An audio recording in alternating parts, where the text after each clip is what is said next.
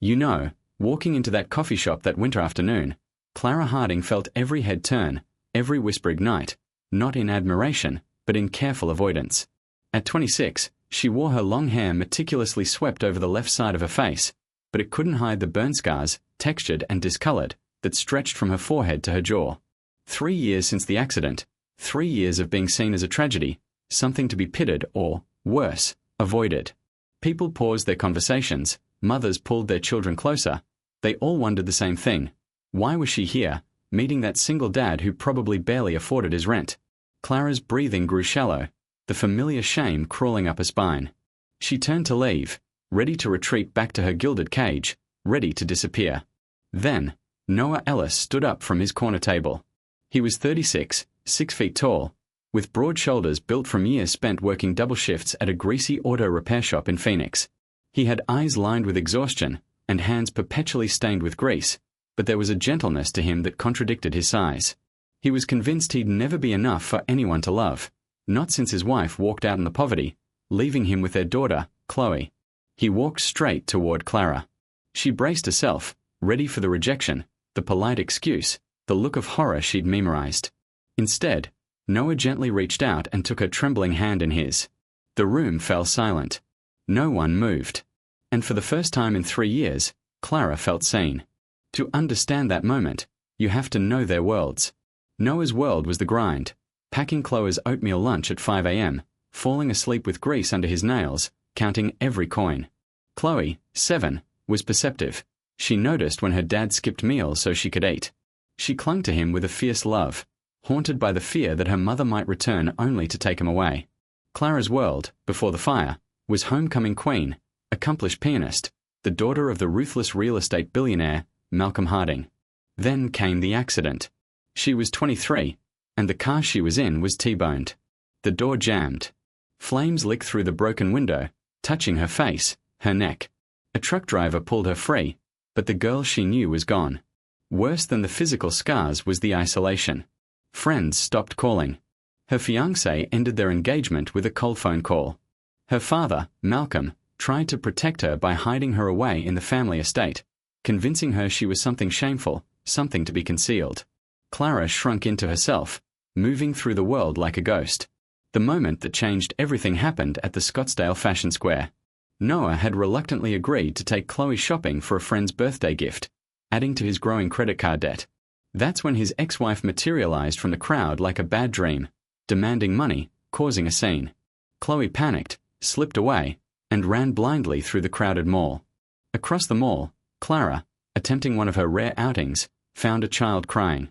Her medical mask, worn to cover her scars, slipped as she knelt.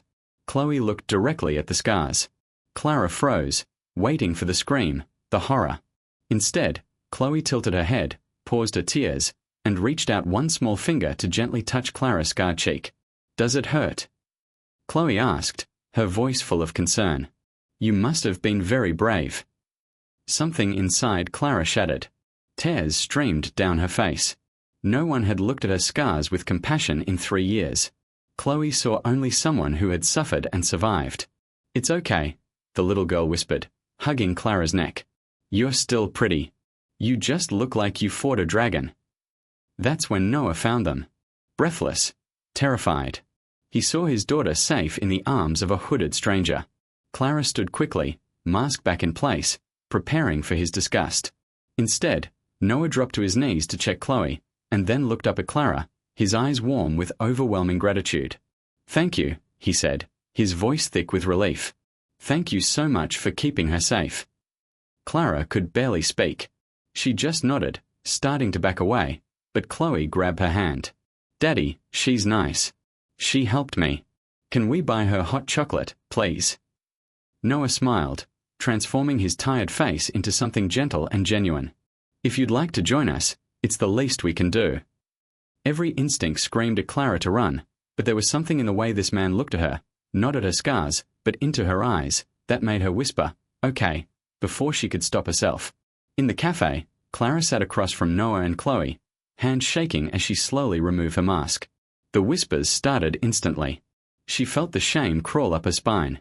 Then, Noah did something simple, yet unforgettable. He casually shifted his large body, angling himself so that he blocked the judgmental stares from the other tables. He created a shield. Chloe chatted happily, completely unbothered. Noah was warm but not intrusive, asking Clara gentle questions about her studies, her interests. He treated her like a person, not a curiosity. When Chloe spilled her hot chocolate, Clara laughed, a small, rusty sound that was undeniably genuine. Noah noticed, smiled at her, and for a moment, she felt like the vibrant girl she used to be. When they parted, Chloe hugged her. "You look like a princess who fought a dragon and won." That night, back at the estate, Clara hid that smile like a treasure. But her father, Malcolm Harding, the billionaire, noticed the change. He had his security team review the mall footage. Within 24 hours, he knew everything about Noah Ellis, the failed marriage, the mountain of debt, the low-income job. Malcolm called Clara into his study, his voice hard. "I know you met a mechanic, a single father, someone completely inappropriate."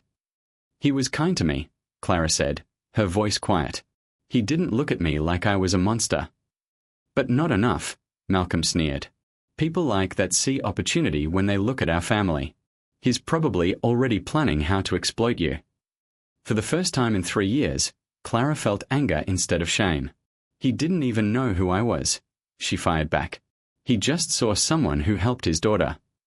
Malcolm strictly forbade her from seeing Noah again, threatening to cut off her therapy access, her small freedoms. But a spark of defiance had been lit. Clara found the garage number, and with a shaking voice, she called Noah, asking to see him again. They agreed to meet at a small coffee shop the following week. The day of the meeting, she almost turned back 3 times. When she finally stepped inside, the atmosphere was instantly toxic. The whispers, the stares, a mother pulling her child away. Clara's hands went numb. She turned to run. Then she saw Noah standing at his corner table, and he started walking toward her. Not away, toward.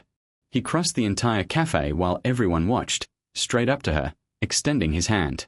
"I'm glad you came," he said, his voice warm and steady.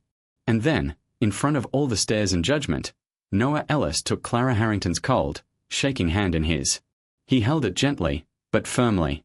He looked into her eyes. That 2-hour conversation in the coffee shop, with Noah's shoulder blocking the rest of the world, it marked the beginning of everything, and the beginning of the storm. We talked for 2 hours. Noah was honest about his struggles, his money problems, his exhaustion, but he spoke without shame. Like poverty wasn't a moral failing, just a circumstance. I found myself opening up, telling him about the fire, the isolation, the fear. He listened without interruption, without offering any of the hollow platitudes I'd heard 1,000 times. When I finished, he simply said, "That sounds incredibly lonely." Not "you're so brave." Just acknowledgement. That's what I needed. That evening, just as the media frenzy was starting, I called him. 40 minutes later, in the middle of a winter rainstorm, I arrived at his tiny apartment. I was soaked, shaking, my hair plastered to my face. He pulled me inside, got me a towel, made me tea. I looked around at the worn furniture, the patched walls, the small space he shared with Chloe. "I'm tired of hiding," I confessed, tears mixing with the rainwater dripping from my hair. "I'm tired of my father controlling everything. You're the first person in 3 years who's treated me like I'm still human." Noah reached up and gently brushed a wet strand of hair from my face, his fingers grazing my scars without hesitation. "You deserve to be seen," he said, his voice deep and warm. "Not hidden away, not protected from the world like you're something shameful. You survived something terrible, and you're still here. That makes you extraordinary." I leaned into his touch. We were so close that he felt my breath on his lips. He looked at me, then at our joined hands, thinking about Malcolm's threats, the risk to his job, to Chloe's custody. "Your father could make things very difficult for me," he said honestly. "I can't afford a legal battle." I nodded, understanding. "I know. And if you tell me you can't risk it, I'll understand. But I want you to know that you've already given me something precious. You've reminded me that I'm not unlovable." Then, Noah made his commitment. "I grew up with nothing," he said, meeting my eyes. "I've had people dismiss me as worthless because I don't have money or status. But I've never let anyone make me feel like I was less than human. And I won't let your father do that to you, either." Just as we were about to cross that final line, A camera flash lit up the window. Paparazzi. Someone had tipped them off. The photos hit the internet within hours. Billionaire's burn-scarred daughter in secret romance with struggling single dad. The comments were vicious. Gold digger.